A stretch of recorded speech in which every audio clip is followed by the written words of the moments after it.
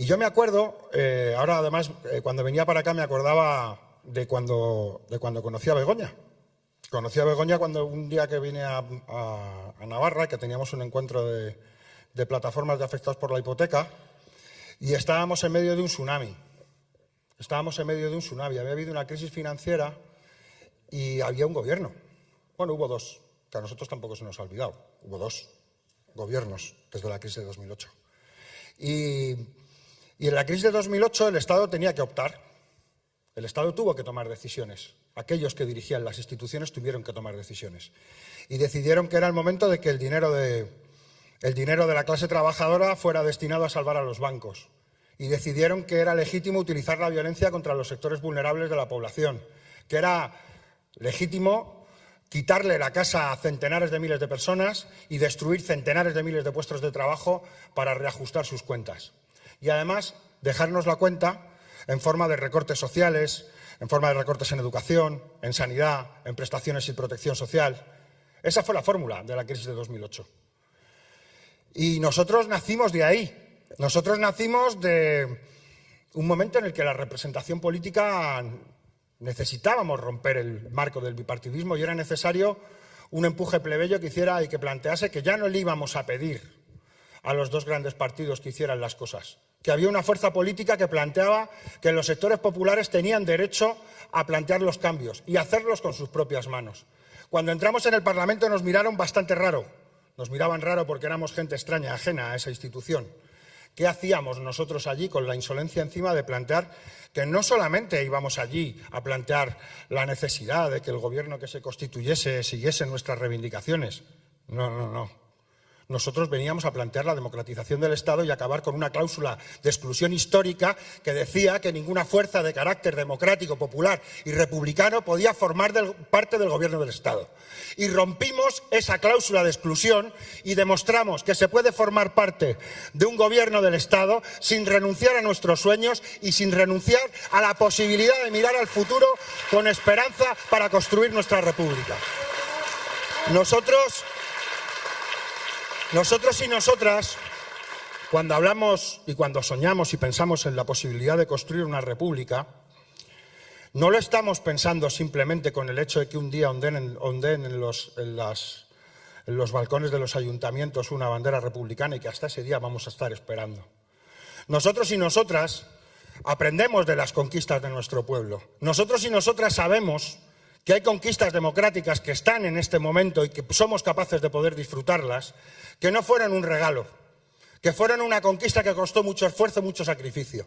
Que el hecho de que hoy nosotros y nosotras nos podamos reunir aquí no es un regalo, sino el resultado de la lucha de centenares de miles de personas que se jugaron la vida y la libertad para que hoy tengamos la posibilidad de estar aquí, o para que hoy en nuestro país, si alguien está enfermo, tenga el derecho a ser atendido como un derecho universal. Eso no fue un regalo de la oligarquía, sino que fue una conquista popular que hoy es una realidad. Y sabemos que tuvieron que aceptar muchas cosas y otras no. Y rompieron el pacto y fueron a por nuestras conquistas sociales, a por las conquistas sociales de nuestro pueblo. Y por eso surgió este espacio político. Y nosotros y nosotras en esta crisis hemos demostrado que las cosas se pueden hacer de otra manera, que se puede hacer que el Estado esté del lado de las mayorías sociales, que si hay que parar el país por una cuestión de salud pública, es necesario que el Estado garantice que los trabajadores y las trabajadoras que no pueden acudir a su puesto de trabajo tengan un recurso que le permita poner un plato de comida en la mesa. Y eso fueron los ERTEs. Si oís a la derecha, muchas veces dicen los ERTEs eran unas herramientas que ya venían en la reforma laboral del Partido Popular.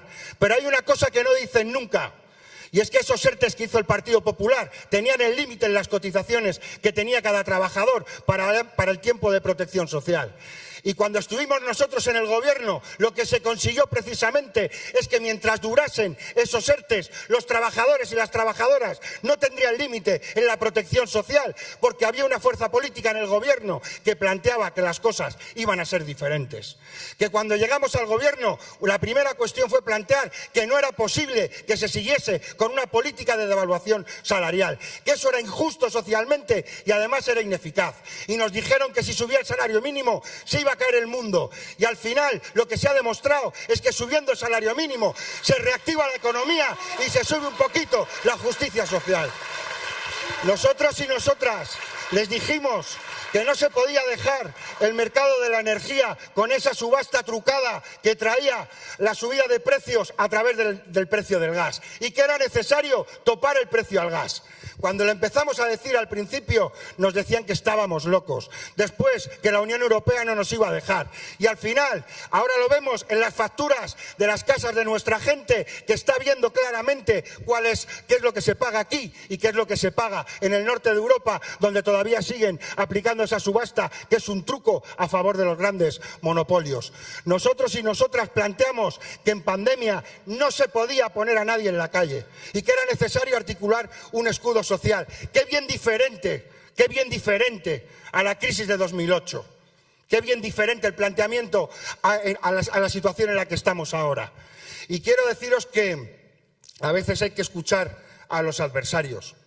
Y a mí hay una intervención en el Congreso que escuché hace no demasiado, que fue a Inés Arrimadas, que ya como está de salida, pues parece que dice algunas cosas curiosas, ¿no? Y decía, le increpaba, ¿no?, a Sánchez en una sesión de control y le decía, porque estaba muy preocupada por la subida de las pensiones, un dramático, ¿no?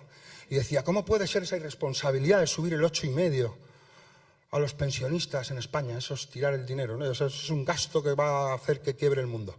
Y le decía además, ustedes saben, ¿no ven en Portugal? Si en Portugal han subido solo un 3,5, ¿por qué en España se sube un 8,5?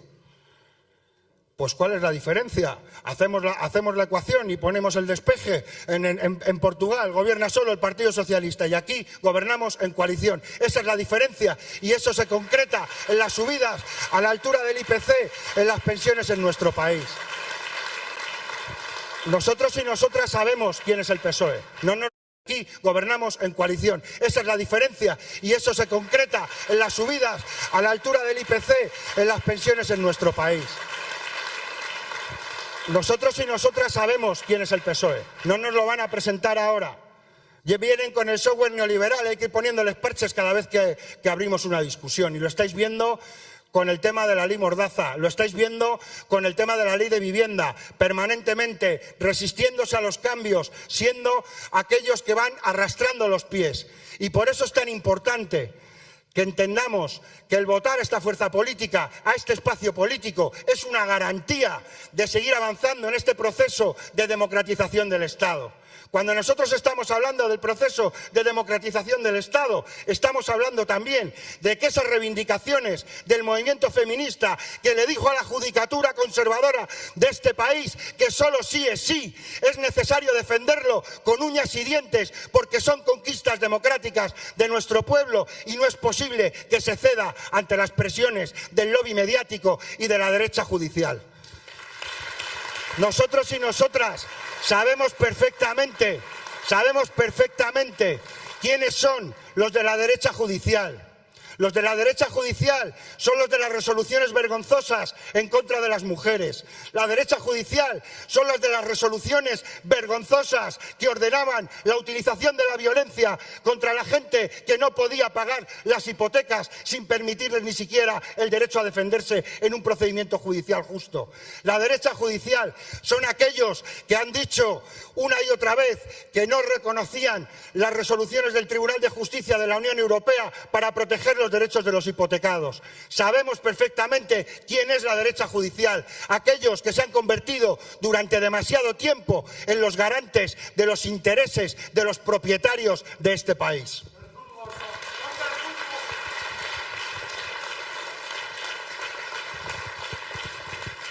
Últimamente, con esto de los debates que hemos tenido en el seno del Gobierno, hemos oído palabras muy osadas. Patxi López tiene un estilo muy particular de decir las cosas, ya sabéis. Gobernar con mayor oreja de jataras.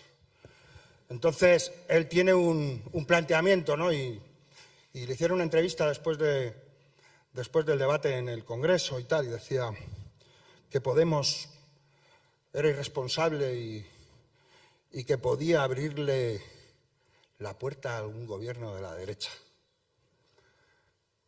Bueno, nosotros lo que le vamos a recomendar, si él quiere saber cómo se abre la puerta a un gobierno a la derecha, que se lo pregunte a Antonio Hernando cuando vaya a la Moncloa, que está allí de asesor, y fue él el que defendió la abstención al gobierno de Rajoy. Nosotros votamos en contra y nos convertimos en la única fuerza de oposición a Rajoy durante mucho tiempo, cuando ellos, una vez más, estaban de vacaciones.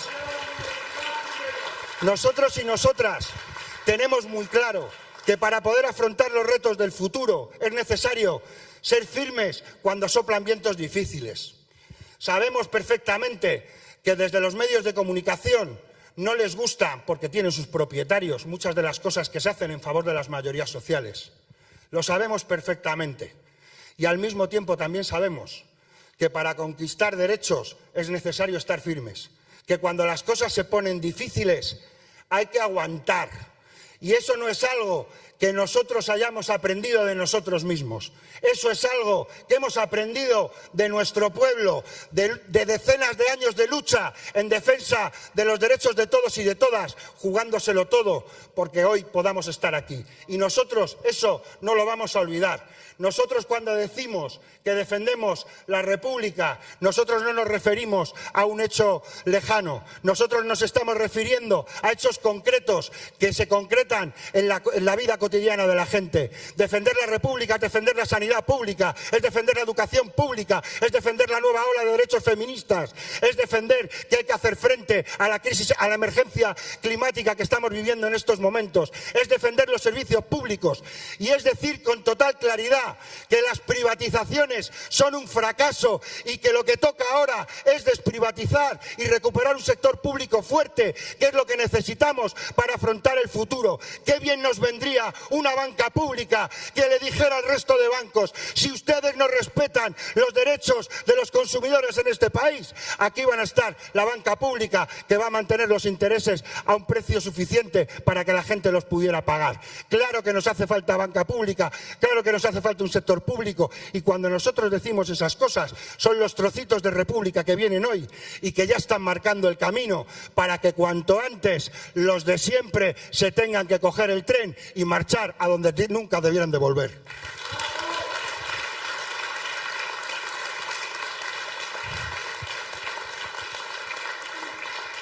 Nos queda poquito tiempo para las elecciones del 28 de mayo. Este año va a ser difícil.